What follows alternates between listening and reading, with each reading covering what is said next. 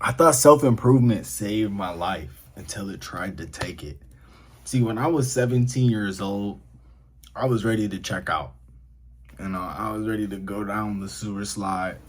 I was ready to kick rocks with a bare foot and cry about it and stay there. You know what I'm saying? And as I was going into this pit that I had dug for myself, I finally, just because I had to in class, read this book that my dad had prompted me for years to read called As a Man Thinketh.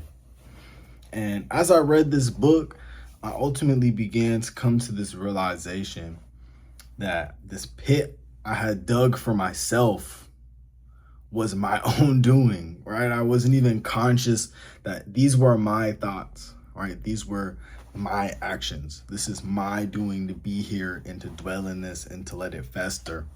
And that I have the power personally to do something about this. That was empowering. That was inspiring. I shed tears for the first time in years, bars, and got up and got to it. I was like, you know what? I'm gonna get consistent in the gym, and I'm gonna like start journaling and just I'm watching all the YouTube videos on self-improvement and like becoming the best me. And I'm, doing the Think and Grow Rich thing and like writing out all my goals. And I'm like waking up every morning at 5:30 and taking a cold shower and like reading what I'm gonna achieve, and I'm gonna achieve it by this date, and I'm gonna be a millionaire by my birthday and all this stuff. Watching all the Get Money videos and spending an egregious amount of time on money Twitter. I'm just like, I'm gonna build all these skills and I'm gonna become this and I'm gonna become that. And so I finally had a goal, right? Every day I had goals to achieve. And they say that happiness is having something to look forward to. And so I found happiness in this striving. I found happiness in seeing this progress. I found happiness in like feeling better about myself compared to who I was yesterday. I found happiness in winning this me versus me battle. But see, the thing about the me versus me battle and the thing about self-improvement is you're not going to win every fight. That's just how war goes. But the thing about self-improvement is if you allow those failures to continue to put you against yourself, you make the enemy bigger than yourself, and the enemy is bigger than yourself.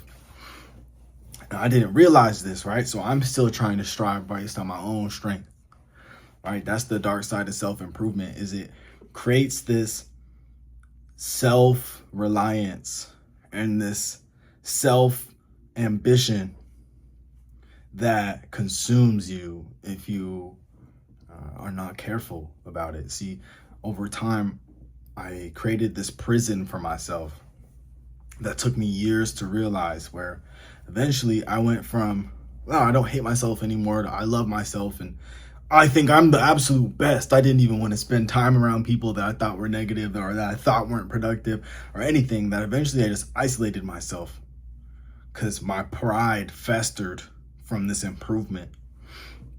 My pride festered from this striving. My pride festered from no one else got goals like this. I want to be around people that got goals like me. I want to be around people just like me. And then I ended up manifesting that, right? And I ended up being around people just like me. And it was awful. And there would be falling out. So there'd be someone deceiving someone else and all these opportunities that seemed like they were going to be perfect that never actually in spirit and truth worked out, because like peace and love and prosperity and God ultimately wasn't the focus. The focus was like, how do we become the best me? How do we like make the most money? How do we do all these things that are self-serving? And that made me realize that it's like, wow, all of these people here, like, we don't really have love, right? I didn't really have love. I didn't really have any peace or stillness. I didn't have any self-appreciation. I didn't know how to slow down. I would work and work and work and work until I crashed, and I would have these burnout periods that were just dreadful. And I would work and work and work and work to the point that I wouldn't be able to actually lay down and go to sleep unless I smoked weed or unless I had some alcohol or something of that nature. And so as time went on, my soul was empty. I had this bitterness, this deep, deep, riveting bitterness that transcended myself. Like, I would make music that was just dark and angry and gritty.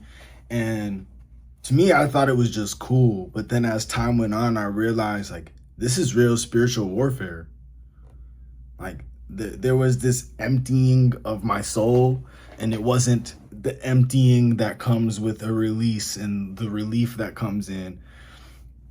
It was like just darkness, even though it was like, wow, I'm working on myself. I'm meditating all the time. I'm doing yoga all the time, or doing all these modalities, all these practices in the name of becoming my best self. I really wasn't becoming my best.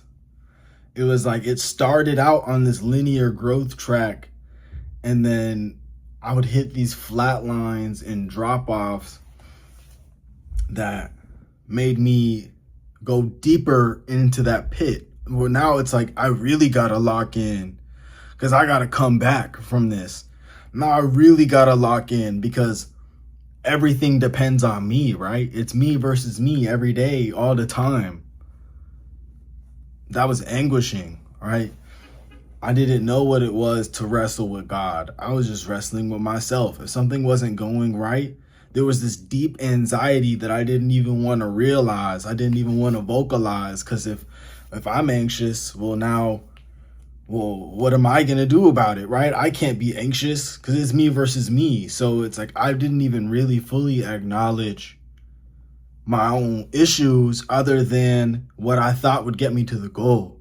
And sometimes I wouldn't even know what get me to the goal. And that would be demoralizing, right? I'd have times where I was in this debilitating uncertainty. I had no one to cry out to, nothing to cry out to, no respite, no community. I was just in this empty hole, in a deeper pit than when I found myself to begin with before the self-improvement journey. And now look, I'm not saying don't do the self-improvement. I'm not saying don't go to the gym. I'm not saying don't improve your mind. I'm not saying don't seek spiritual growth. But the thing is don't do those things on your own strength. See, the goal of the enemy is to get you isolated. And the self-improvement rabbit hole will tell you that it's better to be alone and crying in the Lambo than alone crying in the Toyota or whatever, right? They'll say it's lonely at the top and things of that nature. But why do these adages have to necessarily be true? Right? These things become true when we agree with them. When you make an agreement that it's me versus me, then you miss the fact that we don't war against flesh and blood, but against powers and principalities and darkness in the high places. When it's me versus me, you stop wrestling with God, and you're always wrestling with yourself, and you're going downwards, and you're never going to win, right? You are never going to achieve the highest version of yourself if it's you versus you, because you're here, right? You can only jump so high. You can only climb so high, right? When you're focused on God, that's a different story, right? God can pull you up. You can't pull you up. If you are drowning, who is going to help you? And that's the issue with self-improvement and self-improvement culture. Self-improvement culture wants you to be productive, be productive, be productive, be productive, and the point that you're not resting anymore. How can you be productive if you're not resting? I get more done now that I've brought the things that bring me joy back into my life than when I was just being productive. It's really funny. Like, I stopped playing video games because I wanted to lock in and focus. Even though video games have been one of the things that have brought me some of the most joy, respite, etc. in my whole life. I cut it out for years. I felt like people, military-aged men that play video games, what are you, gay? Like, but it's funny because, like, now reflecting upon that, it's like I was quick-witted when I played video games. But when I was not playing video games, I was not quick-witted. When I was playing video games, I'd pick up new computer softwares really fast, and I'd actually like pursue the things that interested me. But when I wasn't, I was just like, how do I get this money? You know, how do I get after women? And all these other vices. I'd get distracted by my phone. When before it'd be like that same energy that now went to things that were actually destructive for me would have just gone to like playing the game for a couple hours throughout the week. And I would have been better off. I would have like had something to do with the homies down the street instead of being like, oh no, like they're not focused on getting this money, I can't be around them. And then I was alone and didn't even have anything to do for fun, right? Like I'll go to the gym again, I'll rock climb, right? Like don't get me wrong, like I was doing things that were fun, or I would do things for fun that felt productive, but not everything has to be productive. And when everything is to be productive, then you're